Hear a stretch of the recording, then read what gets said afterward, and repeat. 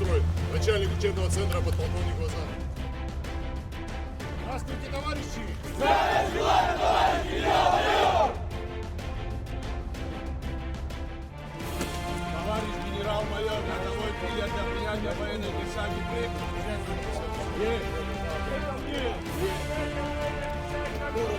Торжественно присягаю на верность своей родине, Республике Абхазия. Товарищ генерал-майор, это долго что для принятия военной присяги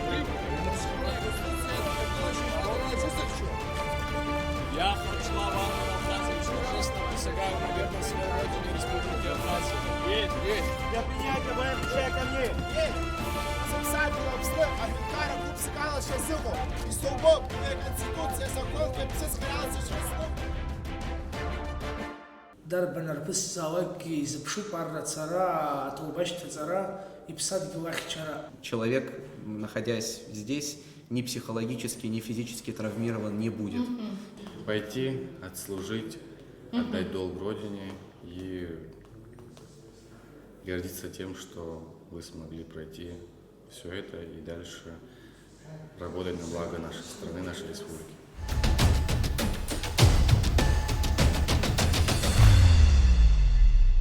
حجرات وقال قزارة زي بشرويخة سبوا قزارة كواحد ازدخم بزيو أقص يخاتو با هذا حكو بيغن أمش ماجك يخشخيت أخا ويحبر خاقم غزيدان سيغن سبوا قزارة بزيو سينخوي دربن زالا كاربس يصحى وخمبا دا يدرويد بخيقارة تشخصوا توبا شتترا بخيقاش يزبشون وراوش باتشا زغوتوز خمبا دوا زبشن ورقي سرا خانبا قص سزغوتس ونبري عرق مسنين سقوار يزبس خزغو سزبعو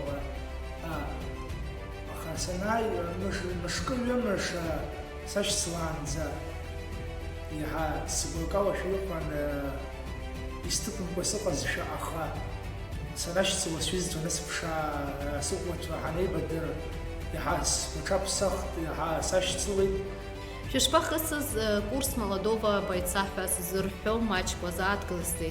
Атар театр нус свит убьён из абрас анхарст хан я арпз я حسب زلط وزجخا راس анхар سوسران سجرب خطوي سريست خزان يزبنزر سوسران سجر اجرت وسط زوار ياشخم سكان خلا وبيقول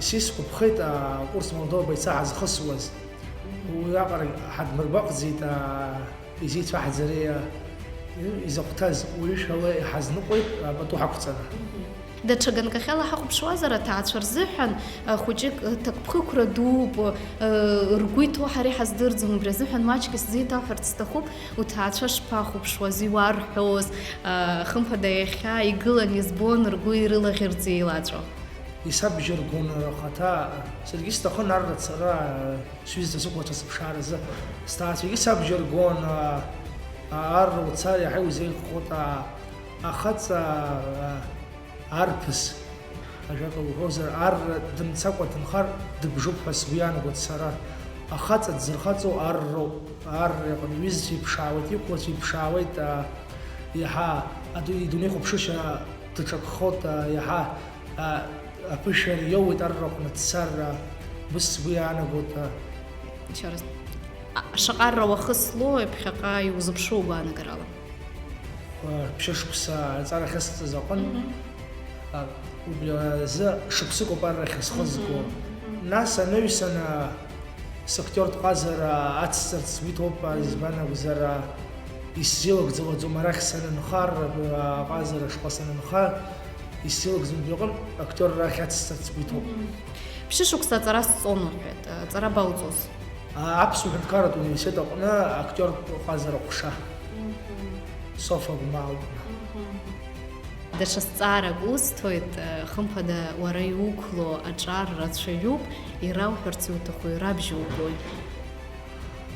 Сара сыгәлацәа арра имцац ирабжьызгоит арра ицара азы, арра ицар аҩызцәагь рацәахоит, рықәлацәагь рацәахоит, иаҳа аԥышәа роуит, иаҳа рдунеи хәаԥшышьагьы даҽакхоит, иаҳа рдунеи хәаԥшышьа аҽаԥсахуеит, ицаразы рабжьазгоит сара.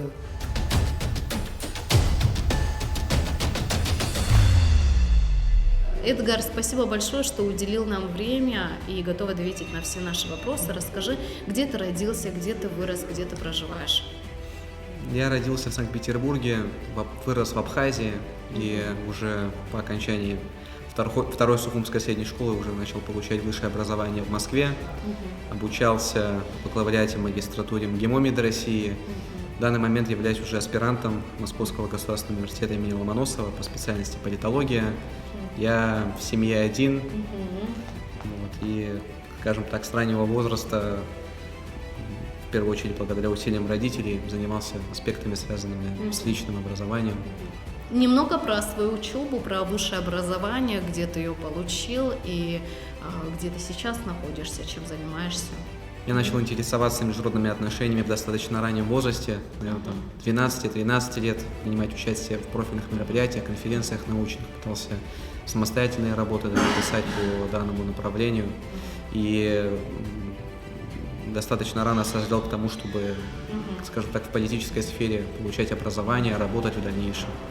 На скольких языках ты говоришь свободно? Какими языками владеешь? Мои профильные языки были английский и французский, я с ними окончил университет на уровне C1, помимо родного языка, абхазского, русского.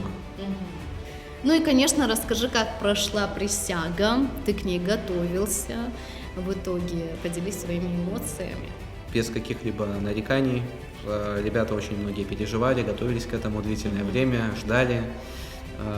Я тоже эмоционально, безусловно, был очень вовлечен, и хочу отметить, что за такое достаточно непродолжительное время, все равно, в принципе, нахождения для всех нас удалось найти очень порядочных, интеллигентных и, как мне кажется, перспективных товарищей, с которыми можно в дальнейшем мы будем дружить, общаться, вне зависимости от того, в каких частях мы будем находиться. Вот. Поэтому эмоции крайне положительные. И все-таки принять присягу именно у себя на родине, что это для тебя значит? Ну, конечно же, это вопрос, связанный с тем, чтобы отдать долг своей родине, стране, которая дала тебе возможность получить образование, работать. И, конечно, если говорить о курсе молодого бойца и вообще о службе в армии, как мне кажется, в нынешних реалиях, в особенности в Абхазии, это в первую очередь возможность улучшить самодисциплину, закалиться. И я бы хотел сказать, вот, пользуясь случаем, обратиться к молодежи Абхазии, к родителям в первую очередь, сказать, что с точки зрения нахождения здесь, в учебном центре, ни родители, ни юноши могут не переживать в плане взаимодействия с людьми. Стажеры, которые нас обучали, это очень часто наши ровесники или люди даже младше нас.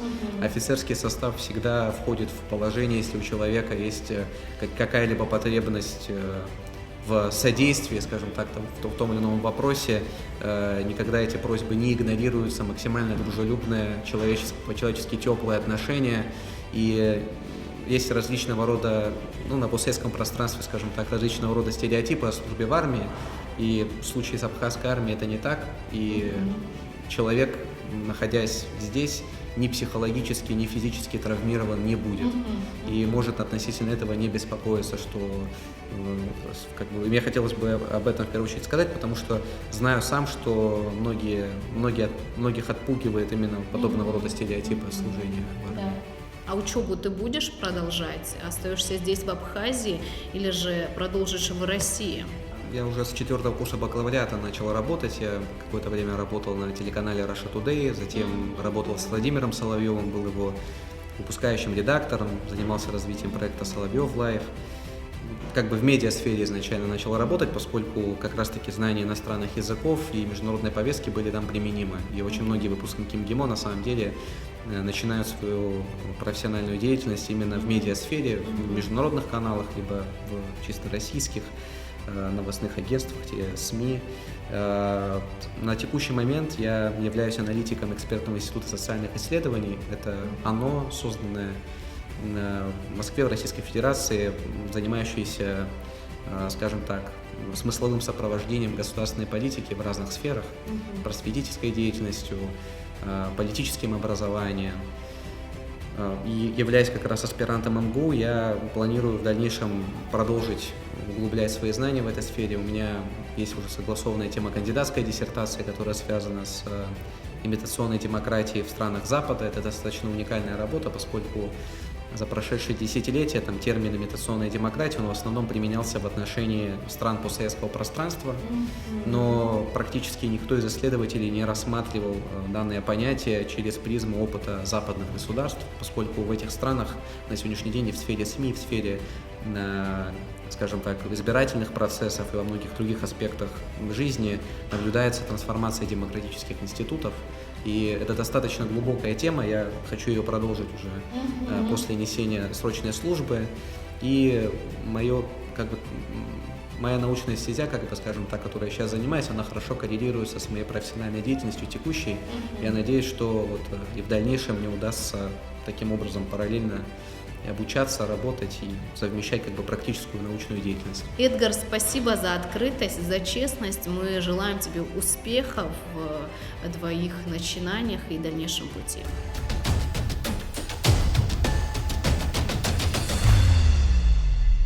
Ливан, спасибо, что ты готов ответить на все наши вопросы. Расскажи, где ты живешь, чем ты занимаешься. Родился в городе Сухум, также здесь и проживаю. И я довольно с давних пор, уже на протяжении 7 лет, со своей командой, с близкими друзьями мы развиваем велосипедный спорт, велосипедную культуру и с недавних пор развиваем велосипедную инфраструктуру города. Пишем проекты. Один проект крупный мы недавно выиграли и смогли его реализовать. До ухода моего в армию я весь этот год занимался тем, чтобы подготовить себя к уходу в армию. Мы построили первую в Абхазии спортивную площадку, велосипедную, там, для скейтбордов, самокатов и всего остального, что имеет маленькие или большие колеса. А где находится площадка? На маяке. Она находится на маяке, рядом с маяком. Это каждый желающий может посетить площадку на велосипеде.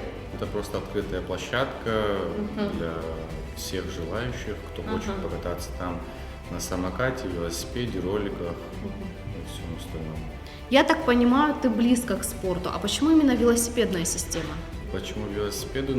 С детства так сложилось, что мы с ребятами очень любили кататься на велосипедах, и в этот момент пришлось как-то зарабатывать на жизни, пришлось это все монетизировать, и мы занимаемся тем, что любим, и получаем с этого какой-никакой доход. Я знаю, что ты сын художницы Мартины Гоги. Расскажи, ты пошел по ее стопам, пробовал? И даже... Меня пытались завлечь в эту сферу деятельности, но я в какой-то момент решил улизнуть, в другую сторону, в сторону спорта уже. Сегодня очень ответственный день, как для тебя, так и для всей семьи. Расскажи, как прошла присяга, оправдались ли все твои ожидания? Я старался больше освободить свое время, чтобы пройти курс молодого бойца, потому что это очень интересный этап в моей жизни уже, как я понял, и всем советую его пройти, потому что это такая психологическая встряска, это приобретение новых навыков, оттачивание новых навыков. И не сказать, что мои 19 дней пребывания на КНБ пролетели как 3 дня, но получилось войти в колею, приобрел очень много хороших товарищей, стажеры у нас были прекрасные, офицеры тоже четко выдавали приказы, мы старались их четко также выполнять, а когда что-то не получалось, нас наказывали. А как наказывали? Бегали вокруг учебного центра, отжимались, ползали, гусиным шагом шли, и на самом деле это было полезно, так сказать, для вырабатывания дисциплины. Что бы ты хотел пожелать своим сверстникам и, в принципе, подрастающему поколению? И моего возраста, и возраста младше, не переживать по поводу армии, пойти, отслужить, отдать долг Родине и гордиться тем, что вы смогли пройти все это и дальше работать на благо нашей страны, нашей республики.